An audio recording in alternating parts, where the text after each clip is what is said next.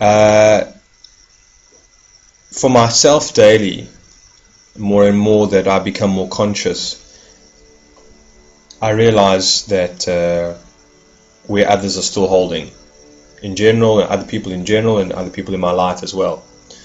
And it's very daunting, as you folks know. It's very daunting. It's like and I want to get, when you realize where people in your life, directly in your life, on where they're holding, and it can be very heavy and very heart sore,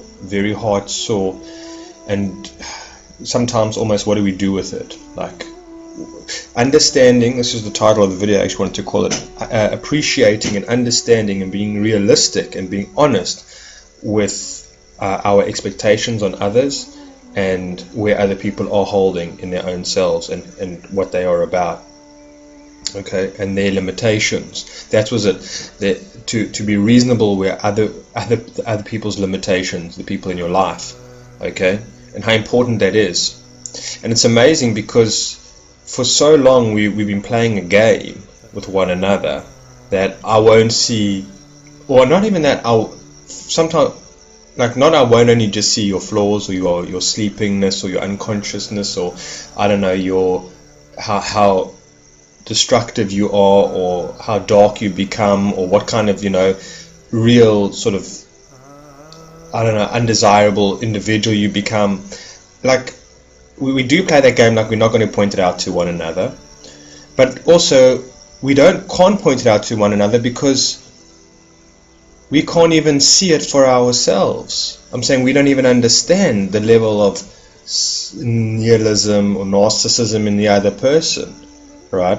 We don't realize, we haven't got the consciousness about it. We never taught these things.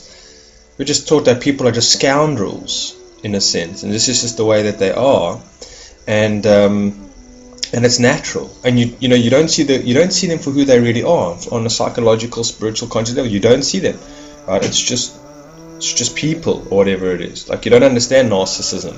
You don't understand how people can be so self-absorbed and so held back. I'm saying, and so regressed in their own way and whatnot. You don't know these things. That's what consciousness and awareness brings, and understanding brings, is that where other people are holding in their lives, how unhealthy they are, how regressed they are, how they haven't grown up, how dangerous how they are, how their dark side has taken over them, how corrupted they are, right? Really how dangerous they can be. And I'm not just saying on a physical level, but on a psychological level, on a spiritual, on all different levels. Like, in the world, we don't actually appreciate it. And why? Is because we've actually been informed that the bigger the scoundrel, the bigger the gangster or the hustler, right? His level of violence or manipulation, like a Jordan Belford from Wolf of Wall Street, or a Michael Douglas from what was that movie, Wall Street or something like that, I think it was called, where he's a stockbroker or something like that, I don't know what that movie's called. But the more the scoundrel that you can be, the more manipulative you can be, the more cunning you can be, the more sly, whatever you can be, the better off you are. The bigger the brute you are, that's that's the heroes. That's our leaders of today. The more scandalous you can be, the more shameful or shameless you can be, the more gluttonous you can be. The more that you are acknowledged. So you see, it's reversed. We actually don't see that these things are actually very dark. We don't actually see that these are virtues, I don't even know that's the word, but qualities that should actually be, that are very dangerous, that are not to be honored in the individual psyche at all, or in the culture at all. It shouldn't be, right? But in our culture today, this is what we honor. Anyways, and so that's the problem. We don't see the problem with somebody. Like, if somebody's very wealthy, right? Extremely wealthy. We don't see any of their shortcomings or their qualities. We've got a halo effect. Or if a woman's beautiful or a man's beautiful or famous or something like that, very seldomly are we able to see who they really are. Someone's driving a fancy car, I don't know, wearing fancy outfits, profile pictures on Facebook are all spot on or whatever it is. We fall in love with the representation of the person or the mask of the person, which is generally just a mask and it's an illusion, and most of the time it's ego based. Okay, it's complete ego based. It's completely based out of fear as well, and shadow and things like that, which I've spoken before, manufactured out of fear. And we convinced by the mask of the person, and if that person is successful in cultural way, whether they be a gangster, whether they be whatever it is, a brass, a Jordan Belfort, unscrupulous person, right? Or they have money or certain types of power or social influence or something like that, we don't see any of their real flaws in a way, right? We make an exception to the rule, okay, if you know what I mean. And more so do we do that, okay, that's one thing on a global level, on a society level, but also on a family level as well. It's like mom and dad, you know. It's like, you know, we hail them as the superiors. We hail them as the alpha omegas in a way, and we suppress that which we truly don't like about them, or that which we see is corrupt about them, or that which is despicable about them, or whatever it is, right? Because again, you know, even if you do see these things, let's say, I mean, we've got this all backwards, but what I'm saying is that even on the family, there's power plays. The power plays that go on all the time are just ridiculous. It's like we demand respect from one another even though we don't deserve it. We demand it with violence, we demand it with credibility of clothing or fashion, or just being very well adjusted to culture and society plays in the game, and we demand it. Anyway, I'm getting sidetracked. So I just wanted to bring out some points that I've realized for myself here.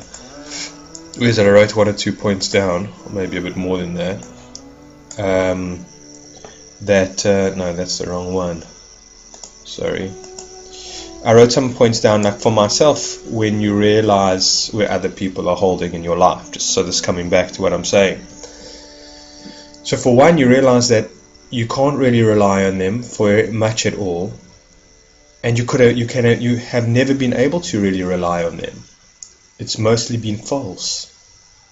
Okay, and rely on them emotionally, okay, psychologically, and whatever it might be. I mean, we can do a whole discussion on what does it mean to be able to when we can rely on one another, and what is it when we can't rely on one another. What is that dynamic, you know? So one thing is that you realize you can't rely on them. Like you can't rely on them to, you know, if you want to tell them something that's personal about you because you need to get it off your chest, you can't rely on them first, yet they're going to honor what you're saying, they're going to respect what you're saying, and they're going to share that maybe confidential piece of whatever information that you're sharing with them with other people, right? And you can't rely on them, which I'll get into more, is because you can't trust or rely on them that to understand where you're coming from or what's going on for you, because again, they can only understand on a very, very superficial surface level of things, and you're coming from a much more deeper and heartfelt level. You know, for them, they don't know the depths of anguish and sorrow and despair and loneliness, and also joy and ecstasy and love and light and whatever it is. They don't know, you know, the depth of things. They're very much on the surface of things. So often when you're talking to people, as I say, they are just unreachable. Okay, there really is a huge discrepancy. There really is a very large difference between the sensitive or conscious or awakened person. These are bad words to use, maybe more than the people that aren't. Okay, the people that are doing their growth and doing their shadow work and whatever, the people that are evolving, and the people that aren't. It's almost like a different kind of species, folks. This is what I'm trying to say. It's almost like a different kind of species. And the realizations for myself daily are just absolutely mind-blowing, to realize how different we are as human beings. Yes, we are all essentially come from the same core, and we will return to all the same source. But at the moment, a lot of people are very, very underdeveloped, even myself, you know. But other people, I'm a little bit more developed than I used to be. But a lot of you are very underdeveloped. and they've been very much sabotaged, well, they're very much hijacked by culture and the system, and they're puppets basically, and they're part of the matrix, and they're pushing the matrix agenda, and that's all they know. They're not connected with self or spirit or soul or whatever it is, or nature. They're not at all. They're not at all, and they're not growing. So they're infested with a virus of some kind of cultural virus, and so they are dangerous. You know, they are dangerous. They are, their egos are, you know, they're in massive defense mechanisms. They're highly sensitive. They're very lost and confused. They got no center point. They don't know any peace in whatever it is, and so there's a very large difference, right? And they have no meaning in their lives, or very little meaning, or the wrong type of meaning in their lives, right? Very, very superficial meanings, right? Their priorities are for, if you look at them, are like, for yourself, for myself, often is a waste of time. It's a complete distraction, very dangerous. Anyways, I'll get into that now. I'm kind of jumping with my points here. So I said you can't really rely on them. You can't really have a consistent relationship with them either. You know, like I've had these people in my life where maybe the day before I had a terrible headache, right, or came down with a massive flu, and then the next day I would see them and they wouldn't ask me how's my headache or how's my flu. You know, they would forget about, or the trouble, the pain, maybe, I don't know, I sprained my arm or something or other, let's say physical pain, and they don't even care to follow up with you. They don't even remember that that's what you were suffering from the day before, or whatever it is. They don't track your progress of healing. You know, there's no consistency, and this is just an example. There's no consistency in your relationship with them. It's just every day is a random type of thing, you know. So they don't really, sometimes, I mean, maybe because they're very self-involved. So it's like, maybe if there's some drama in a relationship that's going on in your life that, you know, for them it's exciting, then maybe they'll follow up like, what happened with that woman? Did she call you back? Or something, right? But a lot of the time, especially when it's meaningful, or something that's meaningful in your life, they take no regard for. Like maybe you're waiting for a test result of, you know, to come back, a diagnosis or something, a blood test to come back, or a job, whatever. And a lot of the time, I feel in my own life, it's like they don't even remember that, you know, type of thing. So that's also another thing, you can't rely on them. But I don't know if you know what I mean. I've found in my life, folks, where like I've had a terrible day before, like I said, a terrible headache, and I've woken up the next day, and the people that I'm around with, they won't even say, how's your headache? You know, like, how are you feeling today? Are you feeling better or something, or whatever it is? Let me just close the door here. It's Tuesday, so they're starting their I don't know what they do next door with these weed eaters. Anyway, that's one thing. I'm not giving the best example then. It's also hard. I'm jumping around here. I'm really jumping around. I should have written this out in sort of a bit of better order. They poorly reflect who you are. Okay, they really poorly reflect who you are on so many levels, and so you have a bad reflection of who you are. In fact, they don't even reflect who you are in a true way whatsoever. They don't see your virtues, they don't see your strengths, they don't see your gifts or your blessings. They don't see that. In fact, a lot of the time they feel uncomfortable with it, they feel challenged by it, they feel insecure about it, they feel jealous about it, and so a lot of the time they'll just put you down in regards to a lot of your gifts or your blessings, just as who you are, the progress that you've made, you know. Like I remember for myself, when I was around, you know, people, my friends, when I stopped drinking and I lost the weight and whatever it was, they laughed at me because they were still drinking and they were heavily overweight and, you know, whatever, badly behaved, and they would laugh at me. They didn't say good for you, I'm encouraged, you're inspiring me, or whatever it was. It was just, they just laughed about it, really. Sorry about this noise, folks. Can I make it any better? Yeah, the next door neighbor's waiting for me to make a video, and then that's when they know to come with their weed eaters, and it's going to go for a while. So I just hope you can't hear it. You know what, sorry, folks. Yeah, we'll get there. So, yeah, like, you know, maybe you're becoming more sensitive in yourself, which generally is the road, you know, becoming more heartfelt, and you're becoming more sentimental and nostalgic, and, you know, you're more touched by the beauty of life, and And when you share that with others, they don't applaud you. They don't say, wow, your courage or your open-heartedness or your sensitivities to, we know this. They're uncomfortable with it.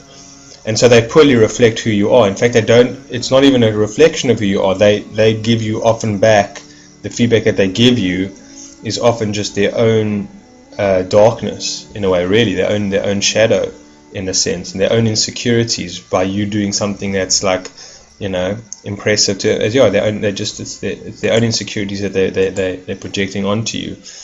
And these are the people that are in your life that you love. It's mom and dad, it's brother and sister, it's uncle, aunt, whatever it is, it's best friend, I don't know, it can be your wife, your husband, whoever it is. Poorly reflect who you are. Very, very dangerous. Can't get a good indication of who you are, really. And often a wrong reflection of who you are, like I'm saying, So all your good efforts and all your good merits and all your achievements, no good there, Then on another note, it's hard watching them fall over their stumbling blocks, type of thing. Like you realize in your own life, the more conscious you become more aware of the tools that were handed to you by culture to self-destruct, right? Your victim mentality that you were given by culture, the destructive devices that you're given by culture, whether it be foods, pharmaceuticals, anything that you consume in a way, alcohol, televisions, etc., right?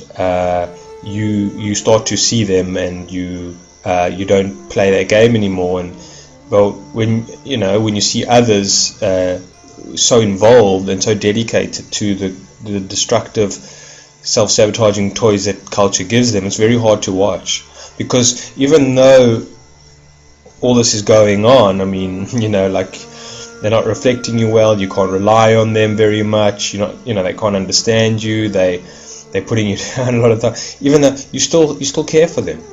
You still care for them because they're a human being, and you still in a way sometimes pity them as well, because you know how blind they are, or just where they are holding in their lives, and how much suffering is really going on, and how disconnected that they are.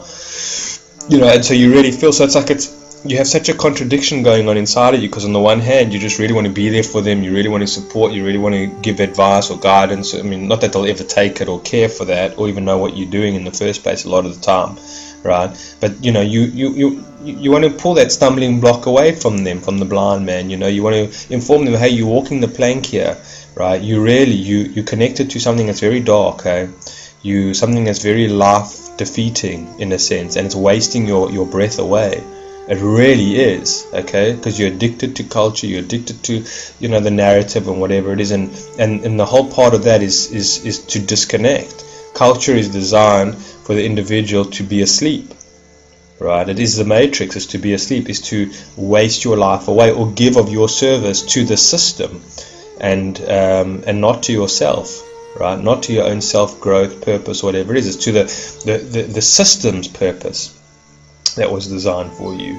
Well, that's designed, and that's it. You're just a prisoner. You're just a slave to it, basically. So it's very hard to witness these people and to be so naive about things. To be able to naive that they trust their experts or something like that, and they don't think their governments are evil in a sense, and they don't, whatever their doctors tell them, that's fine. Whatever the people are saying over the news a lot of the time is they'll just take it at face value. Whatever the psychologists or psychiatrists are saying or something like that, whatever they're teaching in school, it's like, oh well, that's it. They know better than I do. What do I know? So let me not interfere. And so they trust it. They're gullible. They're naive. Like you can't believe. Like they don't see that there's a malevolent force in the world. They don't understand that there's evil in the world. They don't see it. And so it's like they just easy prey.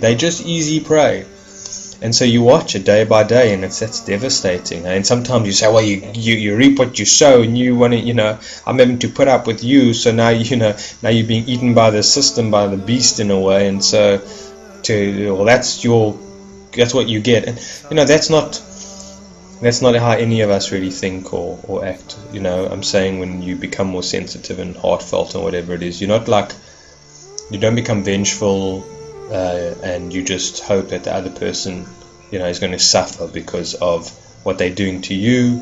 and how they've let you down, and how they betrayed you and hurt you and indignified you and whatever it is, and it's very hard. Okay. So I mentioned this kind of before. They don't really know what you mean to them. You're taken for granted. You're taken for granted. Okay. You can be the very one person in their life that can really be of assisting, right? And for free. You won't even charge. You won't charge a hefty amount for like an hour session with them. I mean, sometimes you might, but I mean, like there are people that do that, which is fine. I mean, I have a session coming up with Neil Kramer actually, which I'm looking forward to, and I'm paying for it, and I don't mind. I mean, it's what I'm saying is that all of the other work that he does is just incredible. But what was I saying? So that's a side note. I don't know why I mentioned that, but like I'm saying, you can charge them. You charge them for your time if that's your profession. But I mean, generally, family members, you're not sitting down, and people and old friends, you're not sitting down with them and saying, okay, look, the clock's ticking. You're willing to, you're wanting to, right? You're wanting to, okay, and you want to see them grow. You want to see them develop. You want to see that, and just you want to be a part of that, and you have what it takes to assist. But and not only that, but you're somebody who can show them, I think, what real sort of unconditional means: unconditional love, support. Non-judgment. I mean, in the way of like they can come and tell you anything, how perverse they are, or their deepest fantasies, or whatever deepest fears, and you'll sit there and be like, that's cool, that's how you roll, and that's how you roll, man. And you don't have to sit there and go, oh, and oh my goodness me, and then you go and tell somebody else. No, you honor who they are. But what I'm saying is that so they don't see who you are, they don't appreciate who you are. And so you go unrecognized, unappreciated. These are ideas that I've spoken about before in other videos, but I suppose this is a video that's summing this up. Often of the time they are unreachable.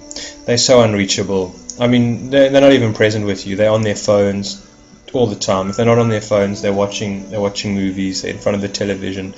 They're stressed about so many things going on in their lives. They're not present.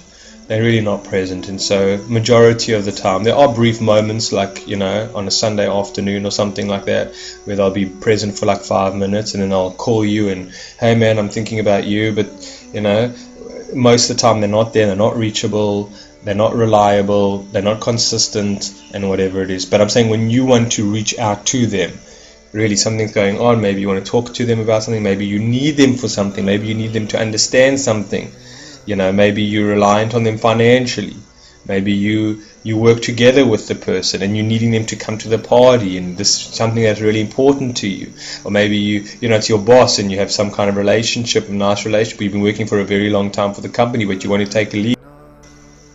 Reach me on the level of where I'm coming from. It's like, if you know who I am, and we've been in a relationship for a long time, we've known each other for a long time, and you know how maybe let's say you're speaking to your boss, or even, and you need something, you need them to understand where you're coming from, okay? You're not like everybody else, you have different kind of needs, It's like, understand where I'm coming from, appreciate it, and I know that you can do that, but I know it's going to be an inconvenience to you, right?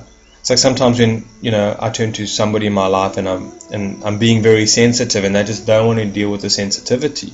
And I'm like, I need you to understand the sensitivity of what's going on for me. I need you to appreciate it.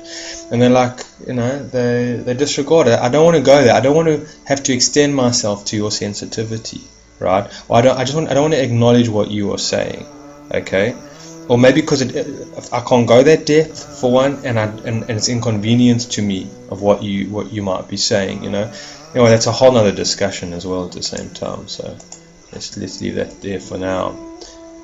I mentioned over here, of another time they're unreachable, distracted with petty things, waste time. They waste so much time. So hard to witness, folks. It's so hard to see. We only live this life once, in this form, in this narrative, in a sense. Yes, maybe we come back again, but for now, and it's over in the blink of an eye. And especially the way that time is moving now, folks, the speed of things is just ridiculous. I mean, just try and remember what you did last week or something like that, which feels like it was years ago or something or other. I mean, time is just slipping through our fingers. There's nothing we can do about it, and it's such a pace. And it's like, make hay while the sun shines, eh? You know, you just don't know. But yet people, I don't care. They just waste time, right? They'll sit in front of the television for hours, you know, and on their phones, and whatever, do shopping for hours. Most of people's days are just wasting time. Even work, a lot for most people are wasting time. Yes, we need to earn salaries, but most of it's just wasting time. Okay, most is just wasting time, and yet we will speed in traffic, like we'll speed on the roads, right? I mean, especially where I live, I've spoken about this before. It's like we'll speed, we'll go over the speed limit or whatever it is. We have no patience on the road, you know, so we can sit in front of. I mean, I remember in front of the TV. You know, I remember there was that story that they were discussing whether they could make aeroplanes faster, right, and how much it would cost. I think it was one airline. Like, how much would we have to spend on making this aeroplane faster? So instead of the flight taking 6 hours, it'll take 3 hours. And they realized the cost involved, and they said, well, okay, let's try and understand what would people do with those other 3 hours that we would save them. And they said they'd watch TV. So they said, oh, okay, then let's just put televisions on the aeroplane and solve problem solved, because it'll be much cheaper to put televisions on the aeroplane than actually design aeroplanes that go a whole lot faster. And so that's it. So watching people waste time, it's terrible to see. The drek, that's like an Afrikaans word, the rubbish that they watch, or the televisions that they watch. Like, I'm not saying, for myself, sometimes I do watch like a mindless show, right? Sometimes, like, I'm lying in bed before at night, whatever it is, I'll watch something, you know, whatever, but it's not like, I mean, all these TV series that people feel compelled to be up to date with and binge on. Like, I've heard people saying, I worked with people that came at the office and said, I didn't sleep a wink. I'm so wired. I had to finish watching like the Lost series, and I had to do it all in one shot. And I mean, I also used to do that sometimes, not to that degree. It's like, but what did you get from it? What did you get from it? Watching all this football, what did you get from it? Keeping up to date, you know, with all the likes on your Facebook and your friends. But what do you get from it? You get nothing from it. It takes from you more than it gives, and it's killing your spirit and your soul, and you don't even know it, and you think it's so harmless. Like, just, you can say, oh, wasting time watching television is one thing, but what are you actually watching? Like, what shit are you watching? Like, what's it doing to your brain? What's it doing to your psyche? What's it doing to your subconscious? You know, what's it doing to your psychology? I mean, that's also another problem. So it's like, that's it. They spend their precious hours of life consumed in things that are just destroying them, their spirit. Not just wasting their time, but setting them back karmically in so many ways. You know, it's making them so much more irresponsible, so less moral. It's just hypnotizing them. It's so dangerous, it's so destructive. And like I said, so it's not just like meagerly wasting time, it's wasting not just life, but it's corrupting. It's like, it's poisoning. That's what it's doing. It's poisoning. And you just watch them, and day after day, and they sit there and they're on their phones, okay, and they're watching the TV, and it's pathetic. It's so hard to watch them, as I said, observing. This is something also, like I said before, watching their diets, watching their destructive behavior. It's horrible, hey? Yeah, their priorities seem in vain of a meaningful life, you know? And people say, oh, Aaron, who are you to say that their lives are in vain? Who's to say? Like, who do you think you are? And I'm saying it's not what Aaron is saying. I think it's the foundation that life is established on. You know, that life is established on. What I'm saying is that there's like moral law and natural law, and that the human being, the spirit or the soul, requires the transcendental growth, evolution, okay, and meaning and beauty, real meaning and real beauty. And if you don't have real meaning in your life, then you become apathetic, you start to wither inside. The soul or the spirit starts to die in a way, or recoil, or become dormant in a sense, without real beauty and real meaning, okay, and truth. You can't live a superficial life, alright, and a life in vain, and think that you going to that the soul itself or the spirit itself is going to be okay. Alright? that it's going to be enough, and you're not going to be miserable inside. There's the void inside. We come here to grow, right, and to find beauty and meaning, to inspire us, to feel alive. And when you're not alive, right, and you're not growing, and your life is in vain, okay, because you're following the wrong priorities, the wrong values, you know, other people's, the need for other people's approval, whatever it is, and somebody else's plan, then in truth, inside, you can't deny that in yourself. You can't, you know, it's not going to work. You can't pretend. It's not going to suffice. It's not going to be okay, right?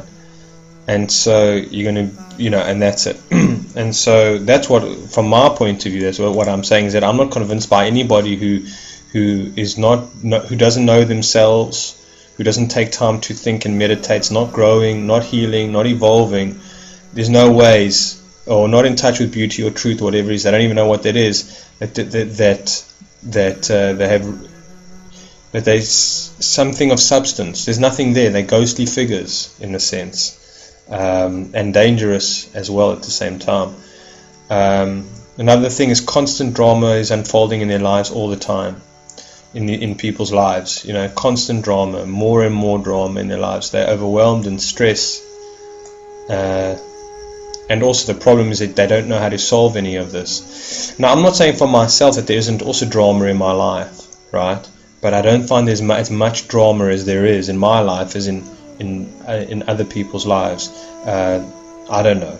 Okay, that's just my life. I feel I am overwhelmed at times and I am stressed at times, but I know often of the time why I'm feeling overwhelmed and why I'm stressed. I'm more in touch with myself and my environment and my feelings and my needs to know what is stressing me to some degree, what's overwhelming me, the environments that are overwhelming me, the energies, the people, my life choices that are overwhelming me, and whatever it is. These people that don't know any of this, they fly by the seat of their pants. They don't know anything like this, so they don't know how to solve it, and their matters only seem to get worse. You know, their situation only seems to get worse. And this is what I'm saying, folks. I'm not trying to. And maybe also they come to you in a moment of desperation, and you realize there's very little you can do for them. You know, there's very little that you can do for them. So what I'm saying is that I'm pointing these things out, but not like, hey, everybody, look at them and how they, and the sleeping masses, and we over here type of thing, whatever. I'm saying there is truth to a certain degree of what we're doing, but also we're saying how hard sore it is for ourselves. You know, it's how hard for me to see. It's terrible. It's so uncomfortable for me to witness this, and what's going on with others, and the drama that's going on, and their confusion, and the constant amount of stress that they're under, the pain that they're going through, and they're not even aware of it. You know, it's very hard. It's very, very difficult to come to terms with. Very hard and difficult to see, and a lot of the time it impacts on me. There's no question about it, right? Like I'm saying, because they're chaotic. The chaos of their life, right? Especially if it's family members, whatever it is, it impacts me. There's no question about it. And the chaosness of your neighbor's life can impact you. On a global level, the chaosness of individuals, of the disorder in their lives, the desperation in their lives, right, is impacting on you. So a lot of the time you want to bring fists to the fight, you know, and you feel like it's a fight, and there's the conflict and how they're affecting you. And then on the other hand, you like, which you do need to protect yourself from, but on the other hand, you also feel like when there's people that you know, you just feel like, oh, like what a pity. Like, why? For what reason? For what purpose? And not only that, what I'm saying is, like I said, not only just do you fall into their chaos, sorry, I'm coming back, but you also fall into their illusion, into their disassociation, into their denial, right?